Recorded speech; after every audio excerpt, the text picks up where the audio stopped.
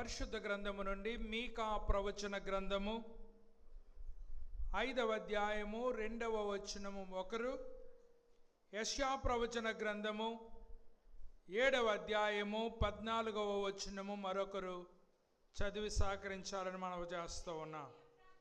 బెత్లెహేము ఎఫ్రాతా యోదా వారి కుటుంబములలో నీవు స్వల్ప గ్రామమైనను నా కొరకు ఇశ్రాయేలీయులను ఏలబోవువాడు నీలో నుండి వచ్చును. పురాతన కాలము మొదలుకొని శాశ్వత కాలము ఆయన ప్రత్యక్షమగుచుండెను. యెషయా ప్రవచన గ్రంథము 7:14. కాబట్టి ప్రభువు తానే ఒక సూచన మీకు చూపును. ఆలకించుడి.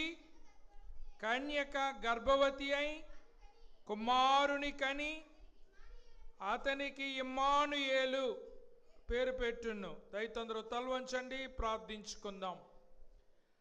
ప్రేమ నమ్మకము కలిగినటువంటి మా ప్రియ పరలోకపు తండ్రి, మీ పరిశుద్ధమైన పవిత్రమైన నామాన్ని బట్టి మీకు వందనాలు స్తోత్రాలు సమర్పించుకొనుచున్నాం.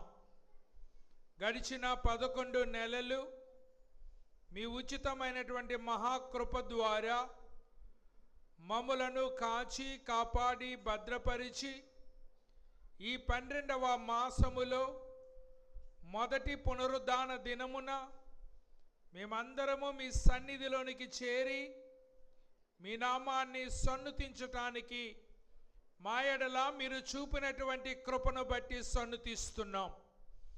ఇంతవరకు పాటల యందును ఆరాధన క్రమమంతటి యందును మీరుండి మీ నామానికి మహిమ తెచ్చుకున్న మా గొప్ప దేవా, ఈ సమయంలో నీ దీనదాసునైనటువంటి నేను మీ వాక్యాన్ని చేతపుచ్చుకుని దానిని ప్రకటించాలని యోచిస్తూ ఉండగా మీ యొక్క సహాయమును మాకు అనుగ్రహింపజేసి మేలైనటువంటి విషయాలను మాకు బయలుపరిచి మీ వాక్యం ద్వారా మేము పొందుకోదగిన ప్రతి ఆశీర్వాదాన్ని మీరు మాకిచ్చి మమ్మలను బలపరచమని ఈ ప్రార్థన మా ప్రభువారైనటువంటి యేసుక్రీస్తు వారి ఉన్నతమైన శ్రేష్టమైన నామమున అడిగి స్తుతించి బ్రతిమలాడి వేడుకొనుచున్నాము మా పరమ తండ్రి, ఆమేన్.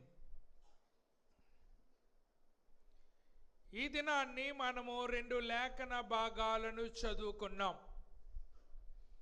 ఆ 2 లేఖన భాగాలలో నుండి మనము ధ్యానించుకోబోయే అంశం ఏంటనగా మేజర్ ప్రాపసీస్ ఆఫ్ జీసస్ బర్త్, యేసు జననమును గురించిన ప్రధానమైన ప్రవచనాల గురించి ఈ దినాన్ని దేవుని యొక్క వాక్యములో నుండి మనము ధ్యానము చేసుకొనబోతున్నాం. యేసు జననమును గురించిన ప్రధానమైన ప్రవచనాలు. ఇందులో నుండి 3 విషయాలను ఈ ఉదయకాలపు వేళలో నేను మీతో పంచుకోవటానికి ఇష్టపడతా ఉన్నాను. మొదటి విషయము బోర్న్ ఆఫ్ ఎ వెర్జిన్, కన్య జననమును గురించి, కన్య ద్వారా జనించుటను గురించి మొదటిగా మనం ఆలోచన చేయబోతున్నాం. కన్య ద్వారా దేవుడు పుట్టాడు అనేటువంటి విషయాన్ని మొదటిగా మనం ఆలోచన చేయబోతున్నాం. రెండవదిగా కమింగ్ ఫ్రమ్ బెత్లెహేమ్, బెత్లెహేము నుండి వచ్చును అనే విషయాన్ని రెండవదిగా మనం ఆలోచన చేయబోతున్నాం. కన్య జననము ద్వారా పుట్టేవాడు బెత్లెహేము అనేటువంటి గ్రామము నుండి వస్తాడు అనే విషయాన్ని రెండవదిగా మనం ఆలోచన చేయబోతున్నాం. మూడవదిగా ఒరిజినేటింగ్ ఫ్రమ్ యాంటిక్విటీ, పూర్వము నుండి ఉన్నవాడు అనేటువంటి విషయాన్ని మూడవదిగా మనం ఆలోచన చేయబోతున్నాం. పూర్వము నుండి కూడా ఆయన ఉన్నవాడు అనే విషయాన్ని మనం ఆలోచన చేయబోతున్నాం. ప్రియులారా, ఈ రోజుల్లో ఎవరైనా గర్భము ధరించినట్లయితే ఆ గర్భములో ఉన్నది మగపిల్లడా ఆడపిల్ల అని చెప్పటానికి మన దగ్గర స్కానింగ్ మిషన్లు ఉన్నాయి. ఆడపిల్లలను భ్రూణ హత్యలు చేస్తున్నారని గవర్నమెంట్ ఏం రూల్ పెట్టిందనంటే, గర్భములో ఉన్నటువంటి శిశువు ఆడ మగ అని ఎవరో కూడా బయలుపరచడానికి లేదు అనేటువంటి నిబంధన పెట్టారు. ఎందుకంటే ఆడపిల్లలైతే కట్నం ఇవ్వాలని, మరి అందుచేత ఆడపిల్లల్ని చిన్నప్పుడే పిండంగా ఉన్నప్పుడే చంపేస్తే ఈ కట్నం బాధ తప్పుతుందని గర్భములోని భ్రూణ హత్యలు చేస్తున్నారు. అందుచేత లింగ నిర్ధారణ అనేటువంటిది డాక్టర్ గారికి తెలుసు, స్కానింగ్ చేసే డాక్టర్ గారికి ఆడపిల్లో మగపిల్లో తెలుసు, కానీ వారు బయలుపరచకూడదు. చెప్పినట్లయితే అది న్యాయపరంగా మరి వ్యతిరేకమైనటువంటి విషయము కనుక అటువంటి వారిపైన చట్టము చర్యలు తీసుకోవచ్చని ప్రతి స్కానింగ్ సెంటర్ దగ్గర ఆ మాటలు పెట్టడం అనేటువంటిది మనం చూస్తాం. కనుక కొంతమంది గర్భం యొక్క ఎదుగుదలను బట్టి ఆడపిల్ల మగపిల్లడు అని చెప్తారు. మరి కొంతమంది రకరకాల క్యాలిక్యులేషన్స్ చేసి అది ఆడపిల్ల మగపిల్ల అని చెప్పడానికి ప్రయత్నాలు చేస్తూ ఉంటారు. మరైతే యేసు ప్రభువారు పుట్టక ముందు 700 సంవత్సరాలకు పూర్వము ప్రవచనము చెప్పబడ్డాది. యెషయా ప్రవక్త చెబుతున్నాడు,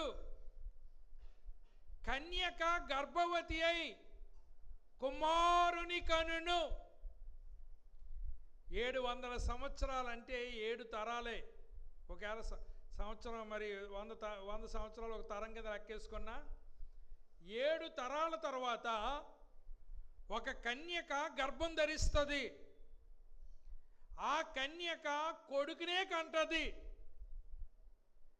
ఆ కొడుకుకి ఇమ్మానుయేలు అని పేరు పెడతారు.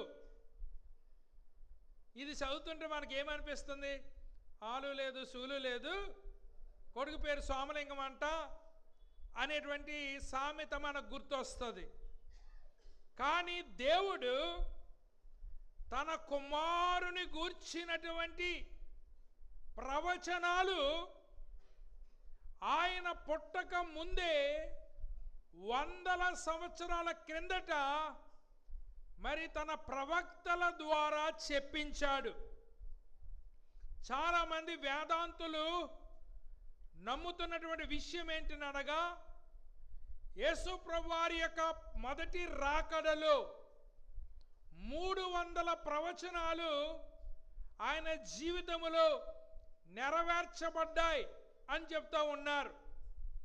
అనగా 1-2 ప్రవచనాలు అయితే మ్యానిపులేట్ చేయొచ్చు. 300 ప్రవచనాలను మ్యానిపులేట్ చేయటం అనేటువంటిది ఎవరి తరం కూడా కాదు. అందుచేత యేసయ్య పుట్టక ముందు 700 సంవత్సరాల కిందట ఆయన ఎవరి ద్వారా పుడతాడో చెప్పారు, ఏ ఊర్లో పుడతారో చెప్పారు. అంటే లేఖనము ఎంత ఖచ్చితమైనదో ఈ రోజున మనమందరము కూడా గమనించాలని మనవి చేస్తూ ఉన్నాం. ఎక్కడ పుట్టాలి అనేది మన చేతుల్లో లేదు. ఉందా? మన చేతుల్లో లేదు. ఏ టైంకి పుట్టాలి అనేటువంటిది మన చేతుల్లో లేదు. ఎవరింట్లో పుట్టాలి అనేటువంటిది మన చేతుల్లో లేదు. మన చేతుల్లో ఉంటే మాసంలో పుడతామా? మన చేతుల్లో ఉంటే పేదవాళ్ళ ఇంట్లో పుడతామా? మనకు ఆ అవకాశాలు ఉన్నట్లయితే ఏ లోటు రానటువంటి ధనవంతుడి ఇంట్లో పుట్టేవాళ్ళం. ఎక్కడ లోటు రానటువంటి జొమాటోలో ఆర్డర్ పెట్టుకుంటే వచ్చే ఊర్లో పెట్టుకునేవాళ్ళం, పుట్టేవాళ్ళం. మాసంలో ఏమన్నా ఆర్డర్ పెడితే ఈ మధ్యన వస్తున్నాయి కానండి, మరి ఇంతకుముందు మాసంలో ఆర్డర్ పెట్టుకున్నా కూడా వచ్చాయి కదా. అదైనా జొమాటోకి, స్విగ్గీకి వీటికి లేదు. ఎందుకనంటే మరి కొన్ని మాత్రమే మాసంలో డెలివరీ అవుతాయి. ఏదో ఒక రోజున మరి మనతో కూడా అంత పట్టణంలాగా ఎదగదాదని మనం ఆశపడదాం. అంచేత మనం గమనించవలసింది ఏంటంటే, మనం ఎక్కడ పుట్టాలో మన చేతిలో లేదు, ఎవరింట్లో పుట్టాలో మన చేతిలో లేదు, ఏ టైంలో పుట్టాలో మన చేతిలో లేదు. కానీ ఎవరిని చేసుకోవాలో మన చేతిలో ఉంది. ఎవరిని చేసుకోవాలో, ఎందుకంటే పెళ్లి చుట్టారకం చూసే కదా చేసుకుంటాం. ఎవరిని చేసుకోవాలో మన చేతిలో ఉంది. మన ఫ్రెండ్స్ మన ఫ్రెండ్స్ని చేసుకోవాలో మన చేతిలో ఉంటాయి. కొన్ని మన చేతిలో ఉంటాయి, కానీ కొన్ని మన చేతిలో ఉండవు. ఉదాహరణ చెప్తున్నా, నా జీవితం చెప్తున్నాను. మరి నేను సాధారణంగా అందరూ ఎక్కడ పుడతారు? వాళ్ళ అమ్మమ్మ వాళ్ళ ఊరిలో పుడతారు. వాళ్ళ అమ్మమ్మ వాళ్ళ ఊరిలో ఎందుకంటే మొదటి పురుడు, రెండో పురుడు ఎవరు వేస్తారు? ఆ అమ్మగారులో, మరి వాళ్ళ అమ్మగారులు వేస్తారు. కాబట్టి 2 పురుళ్ళు కూడా అక్కడ జరుగుతాయి. నా దురదృష్టమో లేకపోతే నా అదృష్టమో నాకు తెలీదు. నేను పుట్టడానికి 15 రోజుల ముందు మా అమ్మగారు వాళ్ళ నాన్నగారు చనిపోయారు. మా అమ్మగారు వాళ్ళ నాన్నగారు ఎవరి మీద సీరియస్గా కేకలెత్తే నరాలు తెగిపోయి బీపీకి, మరి ఆయన ఆగస్టు 15వ తారీఖున మనకు స్వాతంత్ర్యం వచ్చింది. ఆయన మాస్టర్. ఆ మాస్టర్కి మరి ఎవరి మీద కోపం వచ్చిందో, మరి గట్టిగా అరిస్తే నరాలు తెగిపోయి ఆగస్టు 15ని చనిపోయారు. కనుక పురుడికి తీసుకెళ్ళవలసినటువంటి మా అమ్మని తీసుకెళ్ళలేదు. వీళ్ళు ఈ కార్యక్రమం అంతా పూర్తయిన తర్వాత తీసుకెళ్దాము అని అనుకున్నసరికి మరి డేట్ వచ్చేసింది సెప్టెంబర్ 1వ తారీఖున నేను పుట్టేశాను. ఎక్కడ? మాసంలో పుట్టాను. అందరూ ఎక్కడ పుడతారు? అమ్మమ్మ వాళ్ళ ఊరిలో పుడతారు. కనుక నేను పుడితే పాసర్లపూడిలో పుట్టాలి, కానీ నేను ఎక్కడ పుట్టాను? మాసంలో పుట్టాను. మరి ఇది దురదృష్టమో అదృష్టమో నాకు తెలియదు, కానీ మొత్తం మీద పుట్టునూరులో సేవ చేయటం అనేటువంటిది ఎవరికో కానీ అంత భాగ్యము ఉండదు.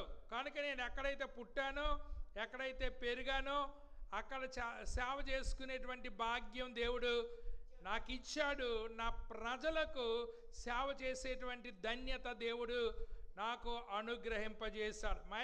మా ఇద్దరు పిల్లలు కూడా అమ్మమ్మ గారు ఊరిలో పుట్టారు. అయినా ఎందుకన్నా మంచిదని మా నాన్నగారు ఒకరికి బర్త్ సర్టిఫికెట్ మన మాసర్ పంచాయతీలో రాయించారు. ఒకరిదేమో మాసర్ పంచాయతీలో ఉంటుంది, ఇంకొకరిదేమో రావులపాలెం పంచాయతీలో ఉంటుంది. ఈ విధంగా ఉంటుంది అన్నమాట. కానీ ఇప్పుడు జనం కూడా తెలివి ఎక్కువైపోయింది. ఏంటి తెలివి ఎక్కువైపోయింది అని అంటే, పుట్టేవాడు అదృష్టవంతుడై ఉండాలి. అదృష్టవంతుడైతే 3 గంటల 15 నిమిషాలకు పుట్టాలి అని జాతకాలు చూపించుకుంటున్నారండి. ఎక్కడ? జాతకాలు చూపించేవాడి దగ్గర జాతకాలు చూపించుకుని 3 గంటల 15 నిమిషాలకి కనమంటే కంటదా ఏ తల్లననే కంద కాబట్టి కోసేసి వాడిని ఆ టయానికి బయటికి తీసేస్తున్నారు.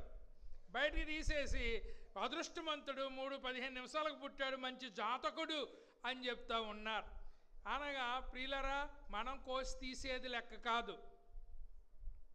యాక్చువల్గా యాదృచ్ఛికంగా పుట్టింది లెక్క, కానీ మనం కోసి తీసింది లెక్క కాదు. అయినప్పటికీ వాళ్ళ సెల్ఫ్ సాటిస్ఫాక్షన్ కోసం అలాగా పలానా టయానికి పలానా రాసులో పలానా మరి టయానికి పుట్టేలాగా చేసుకుంటున్నారు.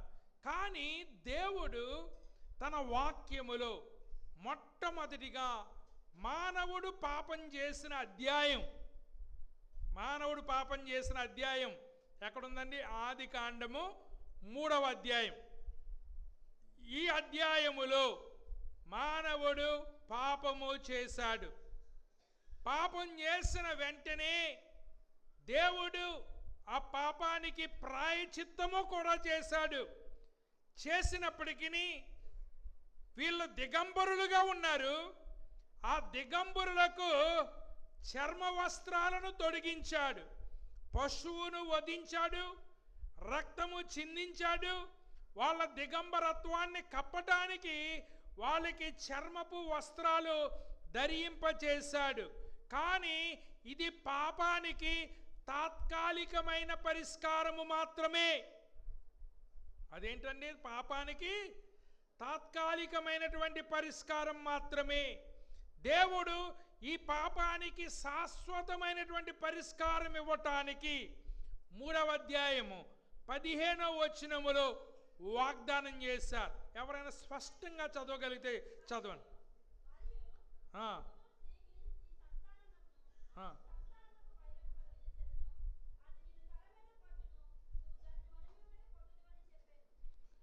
చూడండి, ఇక్కడ ఏ అధ్యాయములో అయితే పాపం చేశారో అదే అధ్యాయములో మీ పాపాలను శాశ్వతముగా పరిహరించటానికి నేను స్త్రీ ద్వారా ఒక మనుష్యుని పంపబోతున్నాను.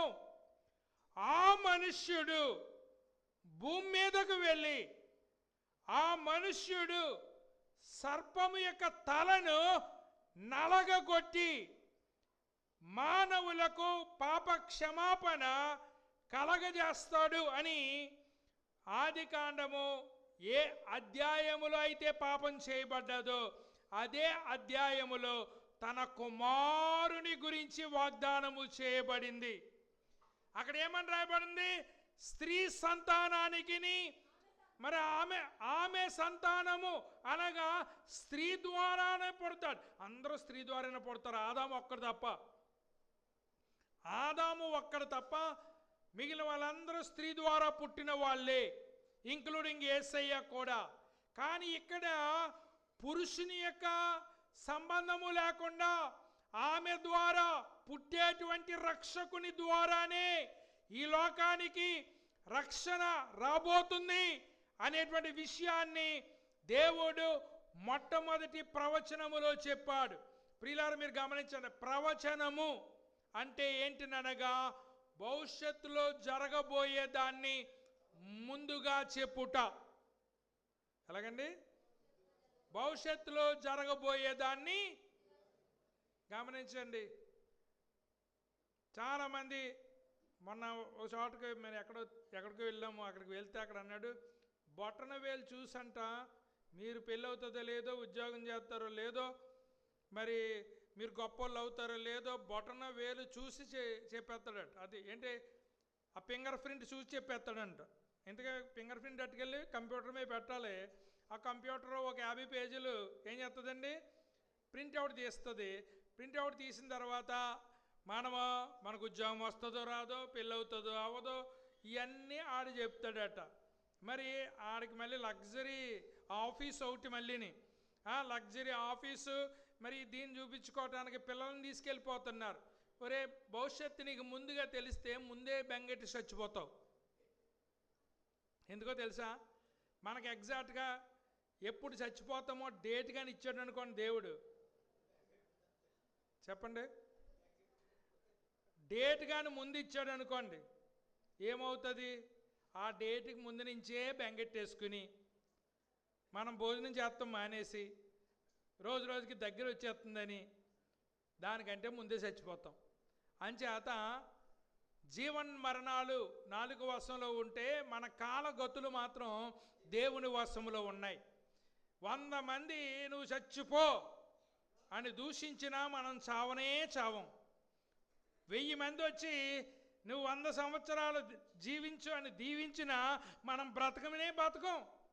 ఎందుకనంటే మనం ఎంతకాలం బ్రతకాలి అనేటువంటిది ఆ దేవుని చేతిలోనే ఉంది. అయితే ప్రియులరా, ఇక్కడ మీరు గమనించవలసింది ఏంటంటే, యేసు ప్రభువారు పుట్టక ముందు 700 సంవత్సరాల క్రితము ఎవరు కంటారో చెప్పబడ్డది, ఎక్కడ కంటదో చెప్పబడ్డది. ఇది దేవుని యొక్క లేఖనము. అందుచేతనే బైబిల్ గ్రంథము నమ్మదగినటువంటిది. ఎందుకనంటే బైబిల్ గ్రంథంలో ఏమి చెప్పబడ్డాయో చెప్పబడినటువంటి విషయాలు నెరవేర్చబడ్డాయి. మా చుట్టాలు ఒక ఆయనకి రాజమండ్రిలో ఈనాడు ఆఫీస్ దగ్గర యాక్సిడెంట్ అయిందండి. ఈనాడు ఆఫీస్ దగ్గర యాక్సిడెంట్ అవుతే మరి ఐసీయూలో పెట్టారు. ఐసీయూలో పెడితే ఓ పక్కన ఐసీయూలో ట్రీట్మెంట్ జరుగుతుంది. బతికాడు చచ్చిపోవడం మనకు తెలదు ఐసీయూలో ఉన్నవాడు. ఎందుకంటే చచ్చిపోయిన వాళ్ళని కూడా ఆడించగలిగే సమర్థులు ఉన్నారు ఇప్పుడు. అంచేత మరి అప్పుడు వీళ్ళు ఏం చేశారంటే దినకరణ గారికి డబ్బులు కట్టారు. మరి ఇంకా పెద్ద పెద్దోళ్ళకి ఆ రోజుల్లో ఎవరైతే టీవీలో కనపడేవారో వాళ్ళందరికీ ఫోన్లు చేశారు. ఫోన్లు చేసి అయ్యా మా పిల్లోడికి యాక్సిడెంట్ అయిందండి, మేము మరి బ్రతుకుతాడా లేదని అడిగితే అవతలలో ఏం చెప్పారనంటే ఏం పర్లేదమ్మా మీ కొడుకు బ్రతుకుతాడని చెప్పారు. ఇది పట్టుకుని వాళ్ళు రాత్రి పగలు మరి ఒక రూమ్లోకి వెళ్ళి మరి ప్రార్థన చేసేవారు. ఆయన రాజమండ్రిలోనే చచ్చిపోయిన తర్వాత మళ్ళీ మీరు కాకినాడ తీసుకెళ్ళండి అక్కడ బతుకుతాడేమో అని మళ్ళీ కాకినాడ పంపించారు. అక్కడ కొన్ని రోజులు ఆడిచ్చారు. 2 చోట్ల కూడా డబ్బులు లాగేశారు. వీళ్ళు మాత్రం ఏం నమ్ముతున్నారనంటే ఆ ఫోన్లో ఒకటి చెప్పిన మాటను నమ్ముతూ ఉన్నారు. నమ్ముతూ ఉంటే నేను దగ్గరుండి నా జీవితంలో 2 పోస్ట్ మార్టం చేయించాను. అందులో మొదటి పోస్ట్ మార్టం ఇది. ఈ పోస్ట్ మార్టం చేయించినప్పుడు చాలా బాధ కలిగింది. యవనస్తుడు ఒక గోతులో పడి బండి మీద నుంచి పడిపోయి తన యొక్క ప్రాణం పోయింది. మరి ఆ యొక్క పోస్ట్ మార్టం కాకినాడలో చేసిన తర్వాత మరి వాళ్ళ ఊరు తీసుకొచ్చిన తర్వాత మరి వాళ్ళ అమ్మాయి ఎలా ఏడుస్తుంది అంటే దేవుడా ఎందుకు ఇంత అన్యాయం చేసావు, దేవుడా ఎందుకు ఇంత అన్యాయం చేసావు అని చెప్పేసి మరి ఆవిడ ఏడుస్తుంది. నేను అప్పుడు సమాధానం చెప్పలేదు. ఇంకో క్రిస్మస్కి వచ్చింది ఆవిడ. క్రిస్మస్కి వచ్చినప్పుడు సమాధానం చెప్పాను. కుమ్మరివాడుని కొండ ప్రశ్నించటానికి హక్కు లేదు. కావాలంటే కూజ చేస్తాడు, లేకపోతే ఉప్పుకుండం చేస్తాడు, ఏదన్నా చేస్తాడు, కానీ కుమ్మరివానికి ప్రశ్నించే హక్కు లేదు. ఒకవేళ మన జీవితంలో కష్టమైన నష్టమైన దాన్ని యాక్సెప్ట్ చేయాలి తప్ప దేవుడా నువ్వు ఇది ఎందుకు చేసావు అనేటువంటి అడుగేటువంటి హక్కు మనకెవ్వరికి కూడా లేదు. ఏమి చేసినా ఆయన మన మంచి కోసమే చేస్తాడు. యెహోవా ఇచ్చెను, యెహోవా తీసుకుని పోయెను, ఆయన నామమునకు మహిమ కలుగును గాక అని ప్రకటించబద్దులమై ఉన్నాము, స్తుతించబద్దులమై ఉన్నాము. కనుక దేవుణ్ణి ప్రశ్నించడానికి వీల్లేదు. నేను ఎందుకు చెప్తున్నానంటే దొంగ ప్రవచనాలు చెప్పే వాళ్ళు ఎక్కువైపోయారు. మా పాస్టర్ గారు వాక్యం చెప్తారు కానీ ప్రవచనాలు మా పాస్టర్ గారికి ఆ టాలెంట్ లేదు. ప్రవచనమును నిర్లక్ష్యము చేయకుడి అని ఉంది. ఎక్కడ? దశలోనికి రాసిన మొదటి పత్రికలో. నిర్లక్ష్యం చేయకుండా అంటే ఆల్రెడీ ప్రవచనాలు వాక్యంలో చెప్పబడినటువంటి వాక్యాలను మీరు నిర్లక్ష్యం చేయొద్దు. ఒకవేళ మీలో ఎవరికైనా ప్రవచించేటువంటి వరం ఉన్నట్లయితే ప్రియులారా ప్రవచించండి. కానీ ఆ ప్రవచనము వట్టిదో నిజమైందో ఎప్పుడు తెలుస్తుందనంటే అది సంభవించినప్పుడు మాత్రమే, అది జరిగినప్పుడు మాత్రమే ఆ యొక్క ప్రవచనము వట్టిదో నిజమో అనేటువంటి తెలుస్తూ ఉంది. ఈ రోజుల్లో డబ్బులు సంపాదించడానికి ఇది ఒక మార్గముగా కొంతమంది ఎంపిక చేసుకుని మరి దొంగ ప్రవచనాలు పలుకుతూ ఉన్నారు. ఉన్నా లేకపోయినా నా దేవుడు నన్ను పోషించగలిగే సమర్థుడు కాబట్టి అలాంటి దొంగ మాటలు మేము చెప్పండి ఎప్పుడన్నా చెప్పామా? ఇప్పుడు చెప్తామా? భవిష్యత్తులో చెప్తామా? విశ్వాసంలో నిలబడినటువంటి మేము ఇలాంటి దొంగ ప్రవచనాలు చెప్పం. ఆ దొంగ ప్రవచనాలు విని దేవుడు అన్యాయస్తుడు అంటూ ఉంది. యోబుకు కష్టం వచ్చింది. యోబు ఏమంటున్నాడు తెలుసా? ఆ విషయములో కూడా దేవుడు నాకు అన్యాయము చేయలేదు అంటూ ఉన్నాడు. దేవుడు ఎవరికి కూడా అన్యాయం చేసేటువంటి వాడు కాదు. ప్రియులారా, ఇక్కడ 3 విషయాలు మనకున్న కొద్దిపాటి సమయంలో నేర్చుకోవటానికి ప్రయత్నం చేస్తూ ఉన్నాం. ఎందుకనంటే బిడ్డలను కనేటువంటి పరిస్థితి మనం చూసినట్లయితే బైబిల్ గ్రంథంలో కొంతమంది స్త్రీలు బిడ్డల కొరకు చాలా కాలం ఎదురు చూడవలసి వచ్చింది. శారాను చూసినట్లయితే బిడ్డల కోసము చాలా ఎదురు చూసింది. రెబెకాను చూసినట్లయితే బిడ్డల కోసం చాలా కాలం ఎదురు చూసింది.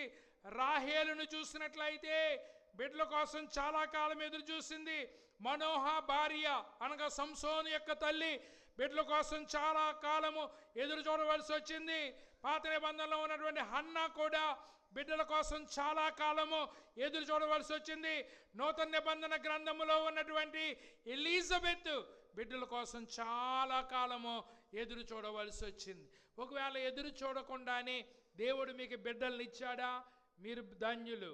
కానీ మరి అడిగి పొందుకోవటం, ఎదురు చూసి పొందుకోవటంలో ఇంకా ధన్యత ఉంది అనేటువంటి విషయాన్ని మనమందరం కూడా జ్ఞాపకం చేసుకోవాలని మనవి చేస్తూ ఉన్నాను.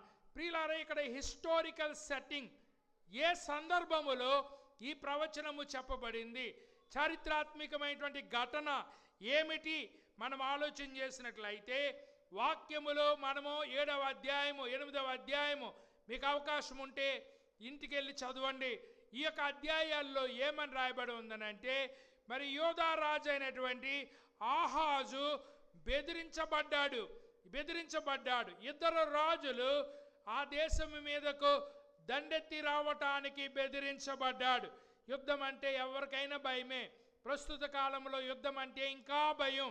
కనుక ఇద్దరు రాజులు ఏకీభవించారు. ఎందుకు ఏకీభవించారనంటే, యోధా రాజు అయినటువంటి ఆహాజు మీదకు దండెత్తి రావటానికి వారు ఏకీభవించినప్పుడు ఈ రాజు భయపడి ఏం చేస్తాడనంటే, తన శత్రు రాజు అయినటువంటి అస్సూరు రాజుతో మాట్లాడుతున్నాడు. ఏంటనగా, నా మీదకు ఇద్దరు మరి యుద్ధానికి రాబోతున్నారు గనుక నీ సహాయము నాకు కావాలి అని అడుగుతూ ఉన్నాడు. చూడండి, మనకి ఎంత సహాయం కావాల్సి వచ్చినా, గమనించండి, ఎంత సహాయం కావాల్సి వచ్చినా శత్రువు దగ్గర మాత్రం మనం సహాయము అడగకూడదు. ఒకవేళ శత్రువు దగ్గర మనం సహాయం అడిగాను అనుకో, ఆడికి ఆ టైంలో దిక్కు లేకపోతే నేనే దిక్కయ్యానని అందరికీ చెప్తాడు. అంచేత శత్రువు దగ్గర మనము సహాయము అడగకూడదు. అలాగని కావలసిన వాళ్ళ దగ్గర సహాయం అడగొచ్చా? అంచేత కొంతమందికి పరిస్థితి ఎలాగుందని అంటే, వాళ్ళకి అవసరం వచ్చినప్పుడు నాకు లాంటి గుర్తు వస్తూ ఉంటాడు. అవసరం వచ్చినప్పుడు ఉన్నప్పుడు మిగతా కాలంలో మనం ఉన్నామో సత్యమో ఎవరికి కూడా తెలియదు. కానీ వాళ్ళకి ఏమైనా అవసరం వస్తే మాత్రమో పలకరించేటువంటి మనుషులు కొంతమంది ఉంటారు. మన కుటుంబీకుల దగ్గర అస్సలు అప్పు తెచ్చుకోకూడదు. నేను ఎప్పుడైనా బయటోడి కన్నా ఇచ్చాను కానీ ఇంట్లో వాడికి అప్పు ఇవ్వలేదు. ఎందుకనంటే చుట్టారకం పోద్ది అంటే ఒకరిని కలపాలన్నా ఒక నిరగదీయాలన్నా చెప్పండి ఏంటది. కనుక మీ మీద నాకు ప్రేమ ఉండి మీతో నాకు సహవాసం కావాలి అని అనుకుంటే ఖచ్చితంగా నేను మీకు అప్పు ఇవ్వను. అంచేత అదేవిధంగా నాకు సహవాసం కావాలి అనుకుంటే వాళ్ళ దగ్గర కూడా నేను అప్పు తీసుకోను. ఎందుకంటే చుట్టాల దగ్గర తీసుకోకూడదు, స్నేహితుల దగ్గర తీసుకోకూడదు. ఒక ఆయన అన్నాడు, ఒకవేళ నువ్వు చుట్టానికి ఇచ్చినట్లయితే వదిలితే చుట్టాలకన్నా వదులుకోవాలి, లేకపోతే డబ్బులన్నా వదులుకోవాలి అని. అలాగెన్నో వదిలేసుకున్నా. చూసి వాడికి 1000-2000 కనపడుతూ ఉంటాయి. అలాంటి వాళ్ళకి 50 మంది తీసుకుంటే ఎంత అయిందండి? చెప్పండి, ఎంత అయింది? కొన్ని ముఖాలు ఎప్పుడు అప్పు తీసి ముఖాల్లాగా ఉండవు. ఏం చేద్దాం అనగా, మనకి బ్యాంక్ కోడ్ ఇవ్వనా, యాప్లో అప్పు ఇవ్వాలన్నా మన క్రెడిట్ స్కోర్ చూసి కదా ఇస్తాడు కదా. మనం అప్పు తీర్చలేనాడు అయితే మనకి ఎవడన్నా అప్పు ఇస్తాడా? నేను ఒకడికి కారు కొనుక్కున్నప్పుడు సంతకం పెట్టాను. నేను ఒకప్పుడు కారు కొనుక్కున్న వాడికి సంతకం పెడితే ఆడు 2 వాయిదాలు కట్టపోతే ఆడికి ఎఫెక్ట్ ఉండాలా? సంతకం పెట్టినందుకు నాది పోయింది. అంచేత ఏ కారు కొన్నా మా పాస్టర్ గారి పేరు కొంటున్నాను. ఎందుకనంటే ఎవడో చేసిన అప్పుకి ఎవరు బాధ్యులు? మనం బాధ్యులు. అంచేత ఎవరైనా అప్పు ఇవ్వాలంటే మన క్రెడిట్ స్కోర్ చూసి వీడు అప్పు కట్టేవాడా ఎగ్గొట్టేవాడా అని చూసి ఇస్తాడు కదా. మనకు అవకాశం ఉన్నప్పుడు అప్పు తీర్చకపోతే ఏమవుద్దో తెలుసా? మన ప్రీకి మీదకి వచ్చేసినప్పుడు ఏమవుద్దో తెలుసా? అప్పు ఇమ్మన్నా నాయన పులొచ్చే కథలాగా ఉంటుంది అన్నమాట. పులు రాపోయినా పులు వచ్చిందన్న. నిజంగా పులు వచ్చినప్పుడు వీడు ఇలాగ సరదాగా చెప్తాడు కదా అని. నిజమైన అవసరం వచ్చినప్పుడు మనకు ఎవడో కూడా ఇవ్వడు అనేటువంటి విషయాన్ని నేను మీకు జ్ఞాపకం చేస్తూ ఉన్నాను. ప్రియులారా, ఇక్కడ మీకు ఈ సందర్భం ఏంటంటే, అస్సూరు అనేటువంటి వాళ్ళు నీకు శత్రువులు. ఒకవేళ నీ మీదకి ఎవరు ఎదురు వచ్చినా కూడా నీ శత్రువు దగ్గరికి మాత్రము నువ్వు సహాయానికి వెళ్ళొద్దు. నీవు దేవుని వైపుకు చూడు, దేవుడే నీకు సహాయం చేస్తాడు. ఎంతోమంది రాజులను కూలగొట్టిన దేవుడు ఈ ఇద్దరు రాజుల్ని కూలగొట్టడము ఆయనకి పెద్ద విశేషము కాదు. కాబట్టి నువ్వు అస్సూరు రాజు వైపుకు చూడొద్దు, నువ్వు దేవుని వైపుకు చూడు అని ప్రవక్త చేత వర్తమానం పంపించబడ్డాడు ఆహాజు రాజు. ఒకవేళ నా మాట మీద నీకు నమ్మకం లేకపోతే దేవుణ్ణి నువ్వు నాకు జయమిచ్చేటట్లయితే నాకు ఒక సూచన చూపించు అని దేవుణ్ణి అడుగు అని ఆహాజుకు ప్రవక్త సలహా ఇస్తున్నాడు. సలహా ఇస్తానంటే ఈ యొక్క ఆహాజు ఏం చేస్తున్నాడంటే, నేను పోయి దేవుణ్ణి సలహా అడగనా, దేవుణ్ణి సూచక క్రియ అడగనా, నేను దేవుణ్ణి శోధించనా, నేను దేవుణ్ణి అడగనన్నాడు. దేవుణ్ణి అడగనన్నాడు. వీడికి ఏంటంటే ఇండైరెక్ట్గా మనిషి మీద నమ్మకం ఉంది కానీ ఎవరి మీద నమ్మకం లేదు. చెప్పాలి, ఎవరి మీద నమ్మకం లేదు. కొంతమందికి మనిషి మీద ఉన్నంత నమ్మకం దేవుడి మీద ఉండదు. అదేంటో అర్థమవుతుంది. అంటే మనిషి కంటికి కనపడతాడని, దేవుడేమో కంటికి కనపడ్డాని. కంటికి కనపడకపోయినా కరెంటు తీగ కనపడుతుంది కానీ కరెంట్ ఎవరికైనా కనపడుతుందా? చెప్పండి అమ్మా. మరి దాన్ని ముట్టుకుంటే కనపడతలేదని ముట్టుకుంటే ఏమవుద్ది? చెప్పండి. కనపడతలేదని ముట్టుకుంటే ఏమవుతుంది? కొడుతుంది. దేవుడు కూడా అంతే. దేవుడు మనకు కనపడ్డు కానీ ఆయన ఉనికి మనకు కనపడుతుంది. ఆయన యందు మనము ఉనికి కలిగి ఉన్నాము. ఆయన యందు మనము చెలించుచున్నాము. ఆయన యందు మనము జీవించుచున్నాము. ఆయన కనపడ్డు కానీ ఆయన మనకు కనపడకుండానే అనేక కార్యములను చేసేటువంటి గొప్ప దేవుడు. అలాంటి కార్యాలను మనలో ఎంతోమంది అనుభవించాం. పొరుగింటి పుల్లకూర రుసని కొంతమందికి ఉన్నా చర్చ ఎక్కదు, ఉన్నా చర్చ్ ప్రార్థన ఎక్కదు, ఉన్నా చర్చ్ యొక్క విలువ ఎక్కదు. ఓకే, నీకు ఎక్కపోయినా పర్లేదు. నేనేం చెప్పాను? నేను మీకు సేవకున్నే కానీ మీరు నా యజమానులు కాదు. నా యజమానుడు ఎవరు? నేను చేసిన ప్రతి పనికి నాకు ప్రతిఫలం ఇచ్చేటువంటి యజమానుడు నాకు ఉన్నాడు.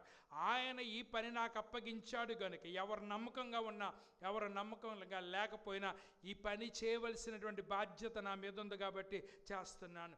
మరి దేవుడిని ఒకవేళ నువ్వు దేవుడి మీద నమ్మకం లేకపోతే దేవుడిని ఒక సూచన అడుగు. ఆ సూచన ఆయన చూపిస్తాడు. అప్పుడైనా నీకు నమ్మకం కలుగుతుంది. అంటే పెద్ద భక్తిపరులాగా అంటున్నాడు, నేను దేవుడిని శోధించినా, దేవుడిని సూచన అడగనా, నేను అడగనే. అప్పుడు దేవుడు ప్రవక్త ద్వారా అంటున్నాడు, నువ్వు సూచన అడగకపోయినా నేను నీకు ఒక సూచన ఇస్తున్నాను. దేవుని స్తోత్రం చెల్లిందాం. కనిపించే మనిషి కంటే కనిపించలేని దేవుడే శక్తిమంతుడు. ఎన్ని తుఫాన్ల నుండి కాపాడాడు మనల్ని, ఎన్ని అనారోగ్యాల నుండి కాపాడాడు మనల్ని. నేను ప్రతి నైట్ అనుకుంటున్నాను, ఈరోజు లాస్ట్ రోజు నాకు అనుకుంటున్నాను నాకు వచ్చినటువంటి ఇబ్బందిని బట్టి. మా జాయిన్ అంటున్నాను, నువ్వు రోజు రెడీగా ఉండరా, నేను చెప్పలేకపోతే నువ్వు చెప్తు కానీ అంటున్నాను. ఎందుకంటే ఎప్పుడు ప్రభు డేట్ చెప్పాడు అనుకోండి, 2026 సంవత్సరం జనవరి 1న వస్తానన్నాడు అనుకోండి, అప్పుడు దాకా మురుగ్గా బతికేసి ఏం చెప్తాం, జనవరి 1 శుభ్రంగా స్నానం చేసేసి రెడీగా ఎదురు చూస్తాం ఆయన కోసం. ఆయన చేస్తే మనం ఎప్పుడు రెడీగా ఉండమని ఆయన ఏమంటున్నాడు తెలుసా? ఆయన రాకడ దొంగ వలె వచ్చును, దొంగలాగా వస్తాడు, మెరుపు వలె వస్తాడు అని చెప్తూ ఉంది. ఎందుకనంటే మనం ఎప్పుడు ఎవరు రెడీగా ఉండాలని, ఎప్పుడు సిద్ధపడి ఉండాలని. అని చేత మా జాగ్రత్త నేను ఏం చెప్తున్నానంటే, నువ్వు ఎప్పుడు సిద్ధపడి ఉండు. తప్పనే మనకు సమయం ఇస్తే ఏం చేయాలి? పొద్దున కార్లు అడుగుతాను, ఈరోజు మీరు చెప్తారా నేను చెప్తాను, నాకు ఓపుకుంటే నేను చెప్తాను, నేను ఓపిక లేకపోతే నువ్వు చెప్తు కానీ ఆ ఓపిక. ఎందుకనంటే ఎవరొకరు రెడీగా ఉండాలి. దేవుని స్తోత్రం చేయలేదా? కనుక నీవు మనిషిని నమ్ముతున్నావు. ఎంత ఎక్స్టెంట్కి వెళ్ళిపోయావని అంటే నీ క్షేమము కోరలేనోడిని నమ్ముతున్నావు, నీ శత్రువుని నమ్ముతున్నావు, కానీ గొప్ప కార్యాలు చేసేటువంటి నీ దేవుడిని నమ్మలేకపోతున్నావు. మనం ఎంత దౌర్భాగ్యులమో చూడండి. అవసరమైతే శత్రువునన్నా నమ్ముతున్నాం కానీ మన దేవుని మనం నమ్మలేకపోతున్నాం. దేవుడు ఈ రోజున ఆహాజు రాజుతో మాట్లాడుతున్నాడు, నువ్వు అడగకపోయినా నేను ఒక సూచన ఇస్తున్నాను. ఆ సూచన ఏంటినగా, ఇదిగో కన్యక గర్భవతి అయి ఆమె ఒక కుమారుని కనును, అతనికి ఇమ్మానుయేలు అనేటువంటి పేరు పెట్టబడును. ప్రియులారా, మీరు ఇక్కడ గమనించవలసినటువంటి విషయం ఏంటంటే, ప్రపంచములో ప్రతి వ్యక్తిని ప్రతి స్త్రీని కూడా ఎవరొక స్త్రీకి అంటూ ఉంది. కానీ దేవుడు ఈ మానవ లోకానికి ఎంటర్ అవుదామనుకుంటున్నాడు, వద్దామనుకున్నప్పుడు దేవుడు ఎంపిక చేసుకున్న మార్గం ఏంటనగా, మనుషులందరూ ఈ లోకంలోకి ఎలాగో వస్తారో అలాగే వద్దామని దేవుడు ఎంపిక చేసుకున్నాడు. కానీ ఆయనకు మనకి ఉన్న తేడా ఏమిటనంటే, మనమందరము పెళ్ళైన వాళ్ళ గర్భంలోంచి వచ్చాం, స్త్రీ పురుషుల యొక్క కలయిక ద్వారా వచ్చాం. కానీ ఈయన ఎలాగొచ్చాడనంటే ఒక కన్యక గర్భాన్ని తీసుకున్నాడు. ఈ మధ్యన మీరు చదివారు లేదో, ఒక ఆవిడకి గర్భం వచ్చిందంట. నేను ఎప్పుడు ఎవరిని కలలేదు, ఈగాలిందంతే అన్నది. ఈగాలితే కడుపు వచ్చేసిందంట. మరి ఈగాలితే కడుపు వచ్చే పరమైతే ఎంతమంది మీద రోజు ఈగలాగుతున్నాయి ఒకసారి మీరు ఆలోచన చేయండి. అంచేత మరి మన పురాణాలు చూస్తే ఆకులో నుంచి పుట్టిన మనుషులు ఉన్నారు, చెట్లోంచి పుట్టిన మనుషులు ఉన్నారు, నీటిలోంచి పుట్టినటువంటి మనుషులు ఉన్నారు. దేవుడు ఇలాగా నమ్మశక్యము కానటువంటి వాటిని ఏర్పాటు చేసుకుని దానిలో నుండి ఈ లోకంలోనికి వద్దామని అనుకోలేదు. ఆయన దేని ద్వారా ఈ లోకంలోనికి వద్దామనుకున్నాడనంటే మనుషులందరూ ఈ లోకంలోకి ఎలాగొస్తారో అలాగే వద్దామనుకున్నాడు. కానీ ఆయన ఎంపిక చేసుకున్న పద్ధతి ఏంటనగా కన్యగర్భం. ఈ కన్యక దగ్గరికి వెళ్ళి, అమ్మా నువ్వు ఒక కుమారుని కనబోతున్నావని గబ్రియేలు దూత ప్రకటన చేసినప్పుడు ఆవిడ అడిగిన మొట్టమొదటి ప్రశ్న ఏంటనగా, అయ్యా నేను పురుషుని చెప్పలే, నేను పురుషుని ఎరుగని దానను. చెప్పండి, ఇదేంటి? నాకు ఎంగేజ్మెంట్ అంటే అయింది కానీ నాకు ఇంకా నేను పురుషుణ్ణి ఎరగను. ఇది ఎలా సాధ్యం? పరిశుద్ధాత్ముడు నిన్ను కమ్ముకున్నాడు. ఆయన ద్వారా నీవు గర్భము ధరిస్తావు, నాకు బిడ్డన కంటావు, అతనికి ఇమ్మానుయేలని పేరు పెడతావు. ప్రియులారా, ఇది కొంతమందికి ఈ సూచన ఎలాగ అర్థమైందని అంటే, దేవుడు ఆహాజు రాజు గురించి మాట్లాడుతున్నాడు అని కొంతమంది అనుకుంటున్నారు. దేవుడు యెషయా గురించి మాట్లాడుతున్నాడు అని మరి కొంతమంది అనుకుంటున్నారు. ఎందుకంటే వాక్యం అర్థం అవ్వాలనంటే వాక్యంతోనే సరిపోల్చుకోవాలి. వాక్యం అర్థం అవటానికి ఇంకో దాని దగ్గరికి వెళ్ళకూడదు. వాక్యం అర్థం అవటానికి వాక్యముతోనే మనం పోల్చుకోవాలి. ఈ అధ్యాయం తర్వాత 8వ అధ్యాయం ఉంది. అక్కడ కూడా ఇమ్మానుయేలు అనేటువంటి పదం ఉపయోగించబడింది 8వ అధ్యాయంలో. కానీ ఆ పదాన్ని ఎవరు ఎత్తుకోరు. కానీ ఇక 8వ అధ్యాయంలో యెషయా తన భార్య గర్భవతి అయి ఒక పిల్లోడిని కన్నదన్నమాట. ఒక పిల్లోడిని కంటే మరి ఆ పిల్లవాడికి అహస్వరలాల్ హజ్బజ్ అని పేరు పెట్టారు. కానీ ఇమ్మానుయేల్ అనేటువంటి పేరు పెట్టలేదు. దీన్ని బట్టి మనం చూసినప్పుడు ఈ ప్రవచనము ఆహాజుకు సంబంధించింది కాదు, ఈ ప్రవచనము యెషయాకు సంబంధించింది కాదు. ఈ ప్రవచనము భవిష్యత్తులో ఒక కన్యక ఒక బిడ్డకు జన్మనివ్వబోతుంది. ఆ జన్మనివ్వబోయేటువంటి తల్లి గురించి, బిడ్డ గురించి వాక్యము మాట్లాడుతున్నది అనేటువంటి విషయాన్ని మనమందరము కూడా గమనించాలని నేను మనవి చేస్తూ ఉన్నాను. ప్రియ దేవుని బిడ్డలారా, మరి ఇక్కడ ఎన్ని థీరీలు వాక్యములోంచి పుట్టినా ఒక థీరీని మనం అంగీకరించి తీరాలి. అదేంటనగా కన్యక గర్భాన్ని ధరించటం అనేటువంటిది. ప్రియులారా, మీరు సైన్స్ గురించి చదివినట్లయితే ఆడపిల్ల పుట్టాలా మగపిల్లడు పుట్టాలా అనేటువంటి దానిలో స్త్రీల పాత్ర కాదు, పురుషుని పాత్ర మెయిన్. ఎందుకనంటే స్త్రీలకు ఎక్స్ అనేటువంటి క్రోమోజోములు ఉంటాయి, పురుషులకి ఎక్స్ వై అనేటువంటి క్రోమోజోములు ఉంటాయి. ఎక్స్ వెళ్ళి ఎక్స్తో కలిస్తే ఆడపిల్ల, వై వెళ్ళి ఎక్స్తో కలిస్తే మగ పిల్లోడు. అంతేగాని ఒకడంట వరుస పెట్టి ఆడపిల్లలను కనేస్తుందని చెప్పేసి అలా ఆవిడని తిడుతున్నాడంట. ప్రాబ్లం అలా ఆవిడదా ఈడిదా? చెప్పండి, ఎవరు మాట్లాడరేంటి? ఉచ్చులవారిపేటలో ఒక ఆవిడకి 5 ఆడపిల్లలు పుట్టారండి. ఆయన తిట్టేస్తున్నాడు అనమాట, ఆడపిల్లలను కంటున్నావని. ఇది ఆవిడ తప్పులాగా. ఇందుకే ఇతను మ్యాటర్ తెలియదు కదా ఇటు తప్పు అని. అప్పుడు ఆవిడ వచ్చి గుళ్ళో ఏడిసి ఈసారి కానీ ఆడపిల్లని కంటే చంపేస్తానంటున్నాడు మా ఆయన అని చెప్పేసి అంటే పాపం ఆవిడ బాధ చూడలేక ప్రార్థన చేసామండి. మరి 5 పిల్లల తర్వాత ఎవరు పుట్టారు? మగ పిల్లడు పుట్టాడు. దేవుడు అలా సేవ్ చేశాడు ఆవిడని. అర్థమైందండి? అంచేత ఆడపిల్ల పుట్టాలన్నా మగపిల్లలు పుట్టాలన్నా ఎవరి చేతిలో ఉంది? మీ ఆవిడని తిట్టకండి, ఆడపిల్లని ఎందుకు అన్నావు అని తిట్టకండి. అందుకే అసలు నిజంగా చెప్పాలంటే ఆడపిల్లలే పెద్ద ముద్దు. అంటే ఆడపిల్ల కదండి ముద్దు. మరి ఆడపిల్ల కదా ఇంటికి అందం అంచేత ఆడపిల్లకి పెళ్లి చేసేసి దరిద్రం వదిలిపోయింది చేతులు తులుపుకోకండి. ఎందుకనంటే ఆడపిల్ల ఉన్న ఇల్లు చాలా మంచిది. మీకు ఎంకరేజ్ చేస్తున్నాను. ఎందుకు చేస్తున్నానంటే ఎందుకనంటే మనకి ఏమైనా బాధ వచ్చినా సాధ వచ్చినా గమ్ముని మనకు దగ్గరుండి చేసేది ఎవరనంటే ఆడపిల్ల చేస్తుంది. మన ఆడపిల్లలకు ఉన్నంత జాలి మగపిల్లలకు లోపల ఉంటూ ఉండొచ్చు కాక పరిచయం చేయవలసి వచ్చేటప్పుడు మరి ఆడపిల్లలు చేసేటవాడు. అంచేత ఆడపిల్లలకి అన్న వాళ్ళు ఎవ్వరు బాధపడకండి, మీరు అదృష్టవంతులు. కానీ రక్షకుడు మాత్రం మగపిల్లడు పుట్టాడు. ఎందుకనంటే ఆడపిల్ల అయితే అనేక పనులు చేయటానికి ఆయనకి రక్షకునికి ఆటంకం కాబట్టి ఆయన మగపిల్లడు పుట్టాడు. అంచేత కొంతమంది ఏమనుకుంటారనంటే దేవుడు కూడా పురుష పక్షపాతి అనుకుంటారు. కాదు, దేవుడు ఆ మగవాళ్ళని తయారు చేసినప్పుడు ఆడపిల్లని కూడా చేశాడు, మరి ఆడవాళ్ళని కూడా చేశాడు. వారు స్త్రీగాను పురుషునిగాను చేశాడని వాక్యం తెలియజేస్తుంది. ఇద్దరిని చేసిన వాడు దేవుడే. ఒక ఆయన పిల్లలు లేకపోతే ఆడపిల్లని పెంచుకుంటే అందరూ తిడుతున్నారు, పెంచుకుంటే మగవాడిని పెంచుకోపోయావా, ఆడపిల్లని పెంచుకున్నావు అని చెప్పేసి. అప్పుడు ఆయన ఏమన్నాడు తెలుసా, నాకు ఇద్దరు బిడ్డలు అవుతారు, ఒక ఆవిడేమో కూతురు, నా అల్లుడేమో కొడుకు అవుతాడు అని చెప్తానన్నాడు. అంచేత ఆడపిల్లని కన్న వాళ్ళు ఎవరో కూడా మీరు బాధపడొద్దు అని మనవి చేస్తున్నాను. కొన్ని కుటుంబాలు నిలబడ్డాయి అంటే ఆడపిల్లల వల్లే. మీకు అర్థమైందండి?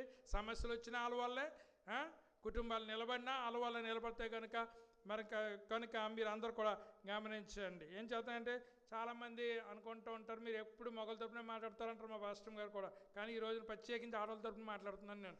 ఎందుకు చేస్తానంటే దేవుడు మనకిచ్చినటువంటి బిడ్డలు ఎవరైనా సరే. అయితే ఇక్కడ గమనించండి, ఆడపిల్లలు పుడితే అది నీ పాత్ర కాదు. ఆడపిల్ల పుట్టినా మీ ఆయనదే పాత్ర, మగపిల్లడు పుట్టినా మీ ఆయనదే పాత్ర. కనుక ఎవరు పుట్టినా తిట్టవలసింది అమ్మను కాదు, నవమాసాలు మోసి కన్న ఆవిడ్ని మనం అభినందించాలి తప్ప నీవు ఏం చేయకూడదు. నాకు ఇప్పుడున్న స్థితి అప్పుడు ఉన్నట్లయితే, నా పెళ్ళైన కొత్తలో ఉన్నట్లయితే 5-6 పిల్లలకి అందినండి మాకున్న సర్దాకి. అయితే మరి అప్పుడు నేను పెంచలేనటువంటి భయం చేత మేము కనలేకపోయాము. మా నాన్నగారు కూడా చాలా బాధపడ్డారు. ఏదేమైనప్పటికీ ఇచ్చినటువంటి ఇద్దరు బిడ్డలు కూడా అనుమత్యాలు ఇచ్చాడు. దాన్ని బట్టి దేవుడిని నేను స్తుతిస్తూ ఉన్నా. కనుక దేవుడు మనకి ఏమి ఇచ్చినా సంతోషమే, ఏమి ఇచ్చినా కూడా అది ధన్యతగానే మనము భావిస్తూ ఉన్నాం. ఇక్కడ 700 సంవత్సరాల కిందట మరి చెప్పబడింది ఏమని తెలుసా, ఒక కన్యక గర్భవతి అవుతుంది, ఆమె కుమారునికి అంటది. దీన్ని ఎక్స్ప్లెనేషన్ చేయడానికి కొంతమంది సైంటిస్టులు ఏం చేశారనంటే ఫలదీకరణం అనేది ఆమెలోనే జరిగిపోయింది అన్నాడు. ఎక్సో జరిగిపోయినాయి అంట. అయితే ఎవరు పుట్టాలి? రక్షకుడు కాదు, రక్షకురాలు పుట్టాలి, ఆడపిల్ల పుట్టాలి. కానీ ఇక్కడ ఎవరు పుట్టారు? రక్షకుడు పుట్టాడు. అనగా బైబిల్ గ్రంథము ఈ స్త్రీ గురించి ఏం చెప్తుంది అనగా young women of A marriageable age, అనగా మరి వివాహము చేసుకోవటానికి అర్హత కలిగిన యవనస్తురాలు అని చెప్పబడ్డదండి. వివాహం చేసుకోవటానికి అర్హత ఉన్న యవనస్తురాలు అని చెప్పబడ్డది. అనగా పెళ్ళైపోయిన ఆవిడ కాదు, పెళ్ళి కాని ఆవిడ.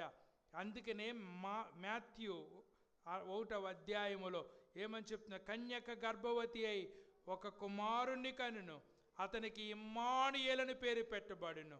ఇమ్మానుయేలని పేరుకు భాషాంతరమున దేవుడు మనకు తోడై ఉన్నాడు. దేవుడు ఎక్కడో ఉండాలనుకోలేదు, మానవులు అయినటువంటి నిన్ను నన్ను రక్షించటానికి మానవుడిగా ఈ భూలోకములోనికి వచ్చాడు అనేటువంటి విషయాన్ని మనమందరం కూడా గమనించాలి. ఆయన అందరిలాగే పుట్టాడు, కానీ ఆయన గర్భధారణ మాత్రం అందరిలాగా జరగలేదు. ఎందుకనంటే మనమందరము తెలుసుకోవాలి, మరి యేసయ్యకు తండ్రి దేవుడే. యేసయ్యకు తండ్రి దేవుడే. రెండవదిగా మనం తెలుసుకోవాలి, యేసు ప్రభువారిని కనుటలో దేవుని యొక్క హస్తం ఉంది అనేటువంటి విషయం మనం తెలుసుకోవాలి. ఎందుకు పురుష సంయోగం లేకుండా మరి రక్షకుని కన్నదనంటే వాక్యం చెప్తుంది, ఒక పురుషుని ద్వారా ఈ లోకములోనికి పాపము ప్రవేశించింది, ఆ పాపము ద్వారా మనందరికీ మరణము అనేటువంటిది సంప్రాప్తించింది.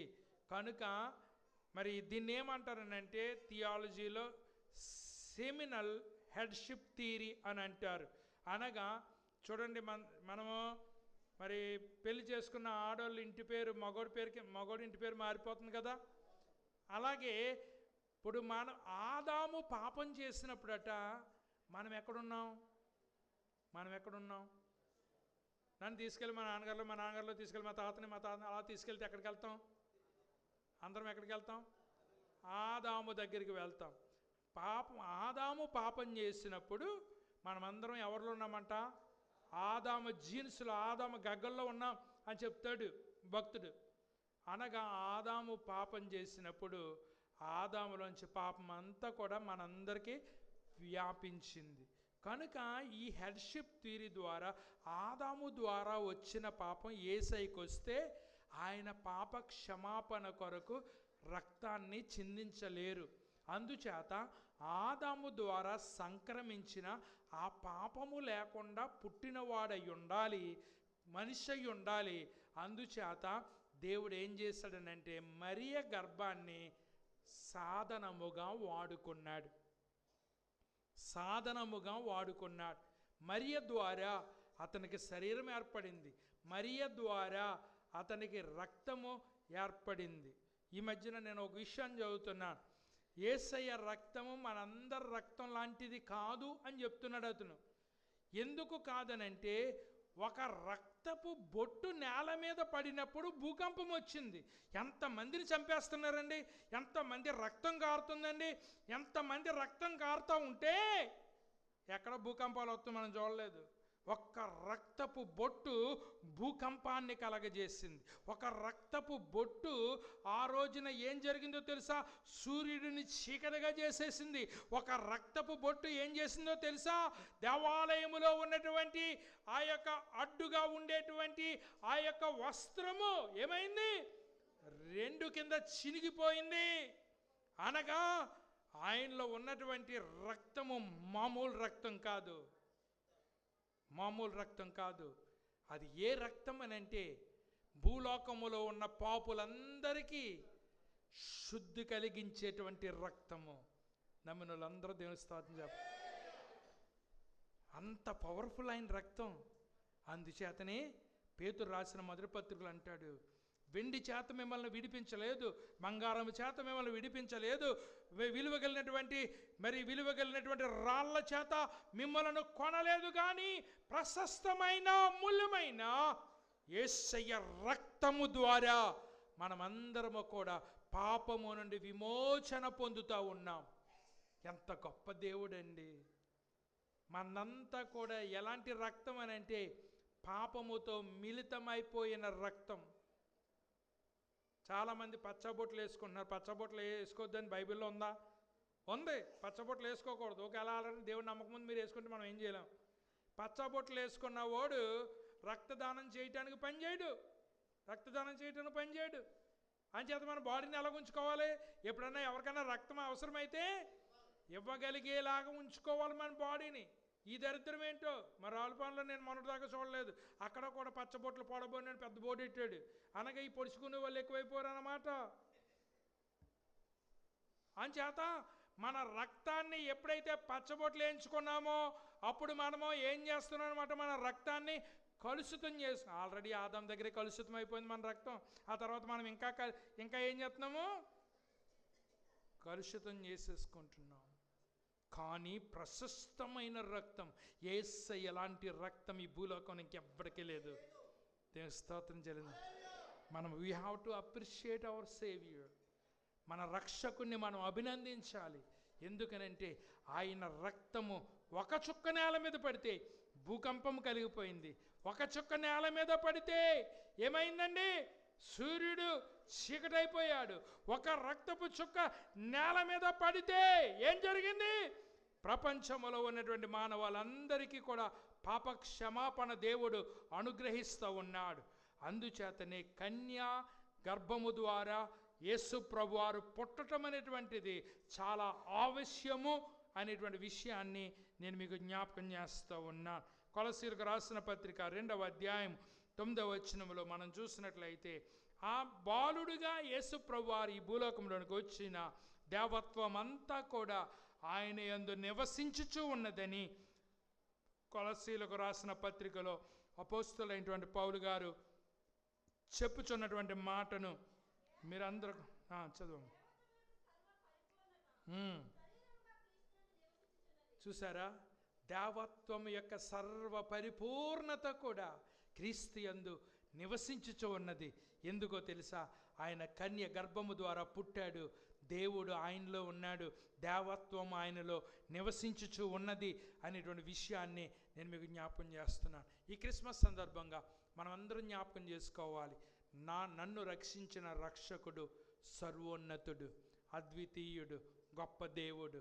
ఆయన విలువైన రక్తాన్ని నా కోసం కార్చాడు. అందుచేత కన్య జననం ద్వారా ఈ రక్షకుడు వచ్చాడు.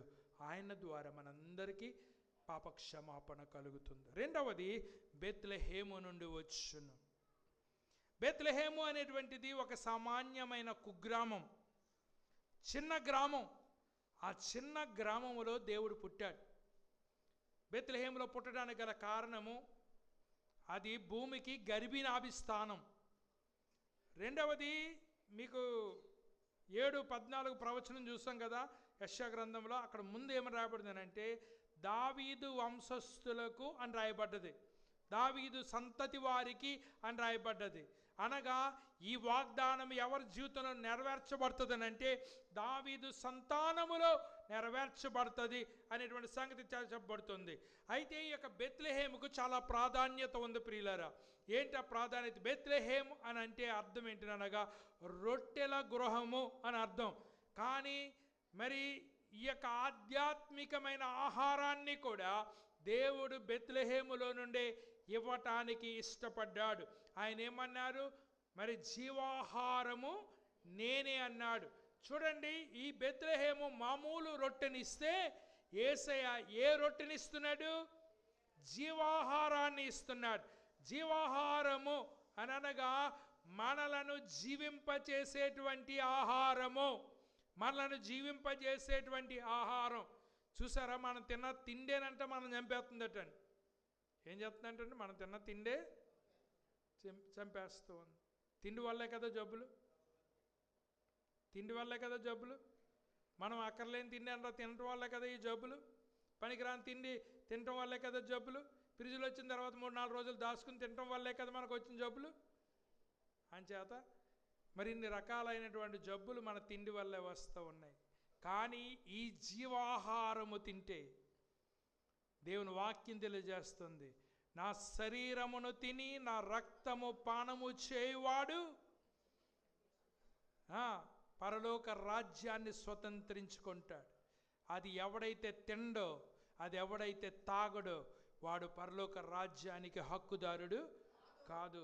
ఎందుకంటే మనము రోజు ఆహారం తింటున్నాం, మంచిది, కానీ జీవాహారాన్ని కూడా మనం భుజించాలి. యేసు అనబడేటువంటి జీవాహారాన్ని మనం భుజించాలి. ఎందుచేతనంటే ఆయన అన్నాడు, I am the living bread, జీవాహారమును నేనే అన్నాడు. బెత్లెహేములో యేసయ్య పుట్టడానికి కారణము ఆయన జీవాహారముగా వచ్చుచున్నటువంటి దేవుడు. రెండవది, బెత్లెహేములో పుట్టడానికి గల కారణము అది దావీదు పుట్టినటువంటి ఊరు. మూడవది, బెత్లెహేములో పుట్టడానికి గల కారణము అక్కడ రాహేలు గురించి ఏడ్చినటువంటి ఊరు. ఆ బెత్లెహేములో పుట్టడానికి గల కారణము అక్కడే ఈమె మరి రూతు పరగేరుకున్నటువంటి ప్రాంతము, అనేకమైనటువంటి విశేషాలు అక్కడ ఉన్నాయి. అయితే ప్రియులారా, ఈ బెత్లెహేము యేసయ్య పుట్టేటప్పటికి చెన్నూరు, ఈ రోజున మహాపట్టణం అయిపోయింది. నువ్వు ఎంత చిన్నదానివైనా, ఎంత చిన్నవాడివైనా, క్రీస్తు నీలో జన్మిస్తే దేవుడు గొప్పగా నిన్ను చేస్తాడు అనేటువంటి విషయాన్ని నేను మీకు జ్ఞాపకం చేస్తూ ఉన్నా. ఎందుకనంటే పుట్టే ఊరు ఎవరు చెప్పలేడండి, ఎవరో చెప్పలేడు. ఎందుకనంటే ఇక్కడ పురుడేద్దామని చూసారు రెడీగాని, ఈ లోపల కాంప్లికేషన్స్ వచ్చేసినాయి. ఏం చేస్తారు? పోన్లే కపిలేశ్వరంలోకి అందామని కపిలేశ్వరం తీసుకెళ్ళారు. కపిలేశ్వరం అన్నారు, అమ్మ బిడ్డ అడ్డం తిరిగిపోయింది, ఇక్కడ కదమ్మా రాజమండ్రి తీసుకెళ్ళండి అన్నారు. ఇప్పుడు మళ్ళీ కపిలేశ్వరం మీద హోప్ పోయింది, మళ్ళీ ఎక్కడ మీద పెట్టుకున్నాం హోపు?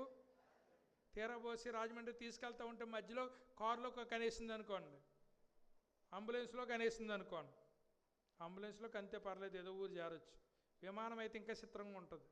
కొంతమంది ఏం చేస్తారనంటే అమెరికాలో కంటే సిటిజన్షిప్ వస్తుందని చెప్పేసి గర్భిణీ మరి డెలివరీ అయ్యే టయానికి అమెరికా వెళ్ళే వాళ్ళు ఉన్నారు కొంతమందికి ఏమవుతుంది, అమెరికాలో కందామని ధీమాకి వెళ్తాంటే విమానంలో కనేశారు. విమానంలో కనేసిన తర్వాత ఇటు ఇండియా వాడు రానివాడు ఆ పిల్లోడిని, అటు అమెరికా వాడు రానివాడు. ఎగ్జాక్ట్గా ఆ పిల్లడు పుట్టినప్పుడు కింద ఏ దేశం ఉంది, పోనీ ఆ దేశంలో తీద్దామని అంటే వాడు ఇక్కడ పుట్టలేదు, ఇక్కడ సర్టిఫికెట్ ఇవ్వమంటారు. మళ్ళా అదంతా డీల్ చేయాలని అంటే అది పెద్ద ప్రాసెస్. అంచేత యేసయ్య గురించి ఏం చెప్పిందో తెలుసా? బెత్లెహేములో పుడతాడు. యూదుల రాజుగా పుట్టినవాడు ఎక్కడ అంటే వాళ్ళకు కూడా తెలియట్లేదు. వాళ్ళ లేఖనాలు తిరిగేసి చెప్తున్నారు అతను బెత్లెహేములో పుడతాడని. చూడండి, నజరేతులో పెరుగుతున్నటువంటి మరియా, నజరేతులో ఉన్నటువంటి యోసేపు, వాళ్ళిద్దరూ కూడా బెత్లెహేము నిండు గర్భిణిని తీసుకుని రావాలని అంటే అలాంటి ప్రయాణం ఎవరు పెట్టుకోరు. కానీ చక్రవర్తితో దేవుడు మాట్లాడాడు. చక్రవర్తితో మాట్లాడాడు దేవుడు. ఎందుకనంటే మీరు మీ సొంతూర్లకు వెళ్ళి జనాభా లెక్కల్లో మీరు నమోదు. అప్పటికి ఏమైంది తెలుసా? ఎంగేజ్మెంట్ అవ్వకముందు మరియకు పుట్టలేదండి. ఎంగేజ్మెంట్ అయిన తర్వాత మరియకు ఒక భర్త, కాబోయే భర్త దొరికాడు, యోసేపు. ఎందుకనంటే భూమి మీద ఉన్నంతసేపు ఆ యేసయ్యకు ఒక సంరక్షకుడు అవసరం. రక్షకుడు అవసరం అంటే మరియకు కంపల్సరీగా ప్రధానం అవ్వాలి. అంచేత ప్రధానం అయిన తరువాత మరి కన్య గర్భంలోనికి యేసుప్రభువారు ప్రవేశించాడు. 30 సంవత్సరాల వరకు యేసుప్రభువారికి యోసేపు సంరక్షకుడిగా వ్యవహరించాడు. వీళ్ళిద్దరూ నజరేతులో పెరుగుతున్నారండి. సడన్గా రాజు పొద్దున్నే టొమ్కేంతున్నాడు. ఏంటి తెలుసా? ఆయా ప్రాంతాల్లో పుట్టిన వాళ్ళందరూ మీ సొంతూర్లకు వెళ్ళి జనాభా లెక్కల్లో మీ పేరును నమోదు చేయించుకోండి. చూసారా, రాజులు చక్రవర్తులు ఎవరి చేతిలో ఉన్నారట? ఎవరి చేతిలో ఉన్నారు? చెప్పాలి అందరూ గట్టిగా. దేవుడి చేతిలో ఉన్నారు. రాజు దగ్గరికి వెళ్ళి బ్రతిమాల కంటే రాజును కంట్రోల్ చేయగలిగే దేవుడి దగ్గరికి వెళ్ళి బ్రతిమాలుకోవటం మంచిది. చర్చిలను కొలగొట్టేయాలని, క్రైస్తవులను నాశనం చేసేయాలని అంతమంది ప్లాన్లు కలిగి వాళ్ళ హిస్టరీ అంతా రాసుకుని ఉన్నారు. ఒరే, నీ తరం కాదు, నీ అబ్బతరం కూడా కాదు. ఆయన పర్మిషన్ ఇస్తే తప్ప ఎవడు కూడా క్రైస్తవులను సమూలం నాశనం చేయటం ఎవరి తరం కాదు. నీరు అనుకున్నాడు, నేను కాల్ చేస్తే రోమ్ పట్టణాన్ని కాల్ చేస్తే క్రైస్తవులు ఉండకుండా పోతారని. రోమ్ పట్టణం నుండి మొత్తం ప్రపంచం నలుమూలలా చెదిరిపోయారు. ఇక్కడ చూడండి, భూలోకంలో ఒకటే ఒక పండుగ ప్రపంచం అంతా జరిగే పండుగ. అది ఏంటి తెలుసా? క్రిస్మస్ పండుగ. ప్రతి పండగ ఏదో ఒక దేశంలో జరగదండి, కానీ ప్రపంచమంతా జరిగేటువంటి పండుగ ఏంటి? క్రిస్మస్ పండుగ. ఎందుకంటే ఆయన లోకమంతటికీ రక్షకుడిగా పుట్టినాడు. చూడండి అంటున్నాడు, టమ్కేంతున్నాడు, ఎవరు ఊళ్ళో వాళ్ళు వెళ్ళి జనాభా లెక్కల్లో నమోదు చేసుకోండి అంటే. నిండు చూలాలతో ప్రయాణం పెట్టుకోవడానికి ఎవరికి కూడా ఇష్టం ఉండదు. కానీ నిండు చూలాలను తీసుకుని బెత్లెహేముకి వచ్చాడు. స్థలం దొరకలేదు కనుక ఒక పశువుల తొట్టిలో ఆయన పొరుండబెట్టవలసిన పరిస్థితి ఏర్పడింది. చూసారా, 700 సంవత్సరాల కిందట చెప్పబడిన ప్రవచనము యేసయ్య పుట్టినప్పుడు నెరవేర్చబడింది. ఎందుకంటే తెలుసా, దేవుడు ఎగ్జాక్ట్గా ఎవరి ద్వారా పుడతాడన్నాడో అది జరగాలి, ఎక్కడ పుడతాడన్నాడో జరగాలి. లేఖనము స్వచ్ఛమైనది, లేఖనము ఖచ్చితమైనది. అందుచేతనే మనం లేఖనాలని నమ్మాలి అనే విషయాన్ని జ్ఞాపకం చేస్తున్నాను. 3వ మాట చెప్పి నేను ముగిస్తాను, మన టైం అయిపోతుంది. యేసు ప్రభు వారు 2000 సంవత్సరాల కింద పుట్టాడు కదా అని అప్పటి నుంచే ఉన్న దేవుడు అని అనుకోకండి. వాక్యం ఏం చెప్తుందండి? ఆయన పూర్వకాలము నుండి ఉన్న దేవుడు అని చెప్తా ఉంది. పురాతన కాలము మొదలుకొని శాశ్వత కాలము వరకు ఆయన ప్రత్యక్షమగుచూ ఉండెను. ఇక్కడ పురాతన కాలం అనే దానికి హెబ్రీ భాషలో ఉలాం అనేటువంటి మాట ఉపయోగించబడింది. దాని అర్థం ఏంటనగా there is no point of time, అనగా ఫిక్స్డ్ టైం కాదు, నిరంతరమైనటువంటి సమయము గురించి మాట్లాడుతూ ఉంది. అనగా there is no time limit. దేవుడికి టైం లిమిట్ లేదు. పురాతన కాలము నుండి శాశ్వత కాలం వరకు ఉన్నాడు. చూడండి, ఈ మధ్యన కొంతమంది తెలివైన వాళ్ళు డిబేట్లు పెట్టి ఏమంటున్నారంటే యేసయ్య కూడా పుట్టాడు అంటున్నారు. యేసయ్య ఈ లోకంలో పుట్టాడు కానీ పరలోకంలో పుట్టలేదు. ఆయన ఆది నుంచి ఉన్నటువంటి వాడు. ఈ శాతకాన అందరూ కొంత యూట్యూబ్లో కొంచెం సబ్స్క్రైబర్స్ పెరిగేటప్పటికి ఆడు ఏం మాట్లాడితే అదే నిజం అనుకుంటున్నాడు. వాళ్ళ ఫాలోవర్స్ కూడా ఏది మాట్లాడితే అది నిజం అనుకుంటున్నారు. మీకు అర్థం అవ్వాలంటే మాట చెప్తుంది. ఎందుకు తిరుగుతారో 100 సార్లు నాకు అర్థమవుతుంది మనుషులు.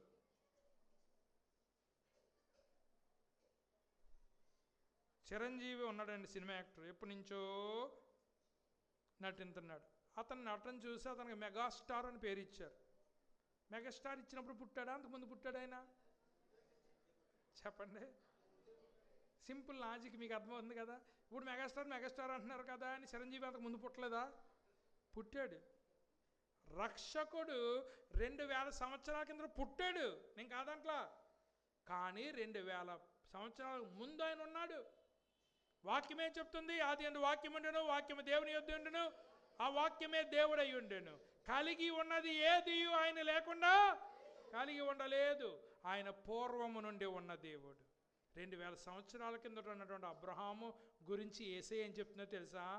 అబ్రహాముకు మునుపు నేను. అబ్రహాముకు ఇంగ్లీష్లో చూసినట్లయితే ఆ లాంగ్వేజ్ ఎంత స్వీట్గా ఉంటుందని అంటే, బిఫోర్ అబ్రహాం వాజ్ ఐయామ్, నేను అబ్రహాముకు ముందే ఉన్నవాడిని అని చెప్తూ ఉన్నాడు. నతానీయులు అనేవాడు తలపండిపోయినాడు అన్నమాట. తలపండిపోయినాడు.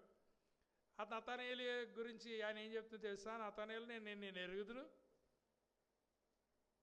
నతానీయులు నేను ఎరుగుదును, నువ్వు అంజూరం చెట్టు కింద కూర్చొని పాఠాలు నేర్చుకున్నావు కదా. ఇది ఎక్కడ చిత్రం అండి? ఇప్పుడు మా జాయి డాడీ మీరు పుడతా నాకు తెలుసు అన్నాడు అనుకోండి, ఇది ఎంత చిత్రంగా ఉంటుంది. అది నిన్న కాక మన పుట్టినోడు ముసలోడిని అంటున్నాడు, నువ్వు చదువుకున్నప్పుడు అంజూరపు చెట్టు కింద కూర్చొని చదువుకున్నావని నాకు తెలుసు అన్నాడు. అయ్యా నువ్వెప్పుడు పుట్టావు, నేనెప్పుడు పుట్టాను? నువ్వెప్పుడు చదువుకున్నావో, నేనెప్పుడు చదువుకున్నాను? నేను అంజూరం చెట్టు కింద కూర్చొని చదువుకున్నాను, నీకెలా తెలిసింది? అనగా నువ్వు పుట్టక ముందు నేను ఉన్నానయ్యా అని చెప్తున్నాడు. అంచేతనే ఏన్షియంట్ ఆఫ్ డేస్ అనగా పురాతన కాలము నుండి ఉన్న దేవుడు కుమారుడిగా ఉద్భవించాడు.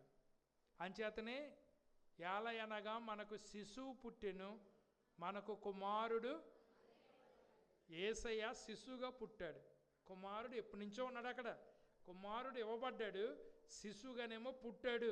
గత 36 సంవత్సరాల నుంచి మీకు వాక్యాన్ని వివరించి చెప్తా ఉన్నాను. అంటే కుమారుడు పూర్వం నుంచి ఉన్నాడు, కానీ శిశువుగా మాత్రం క్రొత్తగా జన్మించాడు. అంచేత వీళ్ళేమనుకుంటున్నారని అంటే నిన్న కాక మనం పుట్టిన దేవుడు అనుకుంటున్నారు. నిన్న కాక మనం పుట్టిన దేవుడు అనుకుంటున్నారు. నిన్న కాక మనం పుట్టిన దేవుడు కాదు, పురాతన కాలము నుండి శాశ్వతం. ఇంతకుముందు భూమి మీదకి ఎలాగొచ్చాడు యేసయ్య అని ఆలోచన చేసి ఇంకో సబ్జెక్టు కానీ ఉదాహరణ చెప్తున్నాను. ఒకడు దూషణ ఖడ్గముతో నిలబడ్డాడట. ఆ రాత్రి వీళ్ళని ఎలా జయించాలి శత్రువులనని యెహోషువ చూస్తున్నాడు. యెహోవా చూస్తుంటే దూషణ ఖడ్గముతో నిలబడి ఉన్నాడట. అప్పుడు యెహోషువకు డౌట్ వచ్చింది, నువ్వు మాలో వాడువా లేకపోతే శత్రువు వాడువా? అనగా మన పక్షాన్ని యుద్ధం చేయటానికి యేసయ్య యెహోవా దూతగా వచ్చి దూషణ ఖడ్గముతో తన ప్రజలను రక్షిస్తున్నాడట. దేవుని స్తోత్రం చెల్లిందాం. అంత గొప్ప దేవుణ్ణి మనం కలిగి ఉన్నాం. ఆ గొప్ప దేవుని యొక్క జన్మదినోత్సవాన్ని ఈ నెలలో మనం జరుపుకోబోతున్నాం. అందుచేత కన్య గర్భము ద్వారా పుట్టాడు, ఎగ్జాక్ట్గా ఆయన చెప్పినట్టుగానే. బెత్లెహేంలో పుట్టాడు, ఎగ్జాక్ట్గా ఆయన చెప్పినట్టుగానే. ఆయన పురాతనము నుండి ఉన్న దేవుడు, కానీ నన్ను రక్షించడానికి శరీరాన్ని ధరించుకుని వచ్చాడు. అందుచేత ఈ రోజున మనం ఆ దేవాతి దేవునికి ఎంతో కృతజ్ఞత చెప్పుచు ఆయన ఎదుట సాగిలపడి ఆయనను పూజించబద్దులమై ఉన్నాం. అట్టి కృప పరిశుద్ధాత్మ దేవుడు మనందరికీ అనుగ్రహించి నడిపించునుగాక.